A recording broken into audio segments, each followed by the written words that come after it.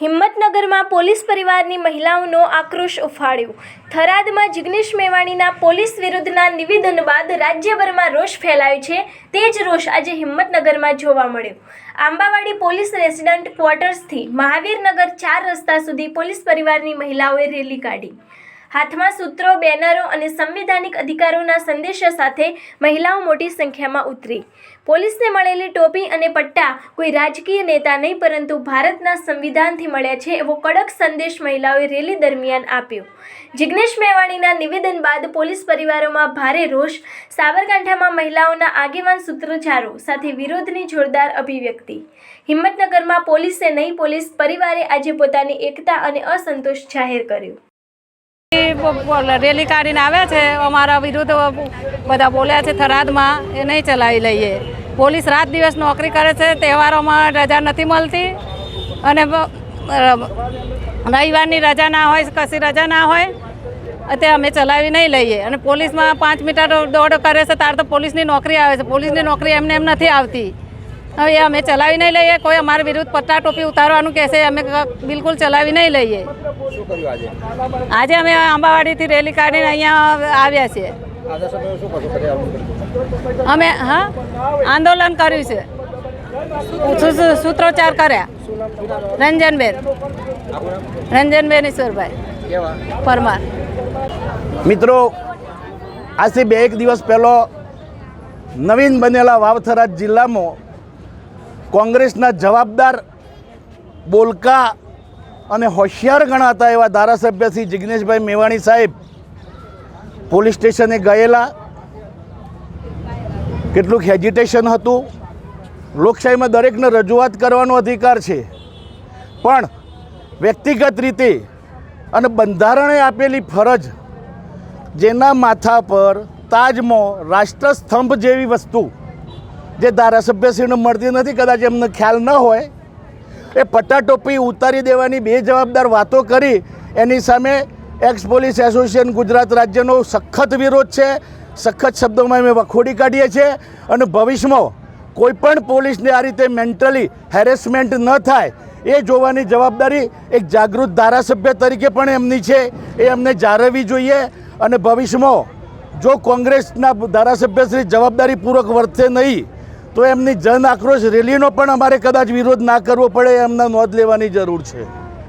આજે શું કરવામાં આવ્યું? આજે અમે ફક્ત અમારો વિરોધ દર્શાવ્યો છે। અમે પોલીસ તરીકે જિગ્નેશભાઈની જે વાતો છે એને વખોડી કાઢી છે। અમે ફરી એકવાર તમને મિત્રો હું કહી દઉં કે અમે કોઈ રાજકીય પક્ષવતીથી નથી। આ ફક્ત પોલીસ પરિવાર અને સ્વયંભૂ પોલીસના રિટાયર્ડ નિવૃત્ત માણસો છે। અમે કોઈ રાજકીય પક્ષના પ્યાદા નથી, પણ અમને પણ હ્યુમન રાઇટ્સ લાગુ પડે છે। જો પોલીસની કોઈ તપાસમાં કંઈક વિક્ષેપ આવે તો તમે પોલીસને હ્યુમન રાઇટ્સ લાગુ પડતો હોય તો શું એમએલએનું હ્યુમન રાઇટ્સ લાગુ નથી પડતો?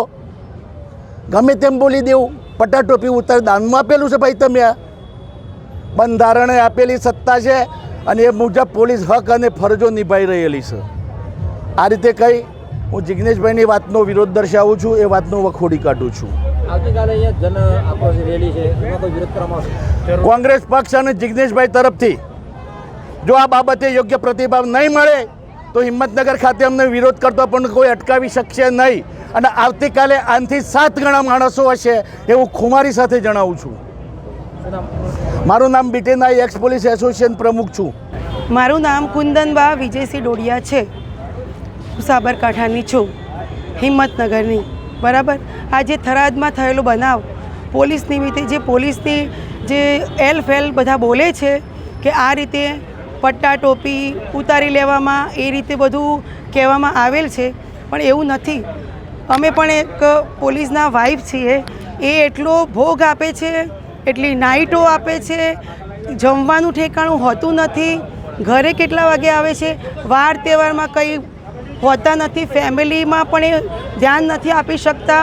કેટલો ભોગ આપવા બદલ તો પણ એમને આ રીતે બદનામ કરે એ અમે ચલાવી લઈએ એવા નથી, બરાબર।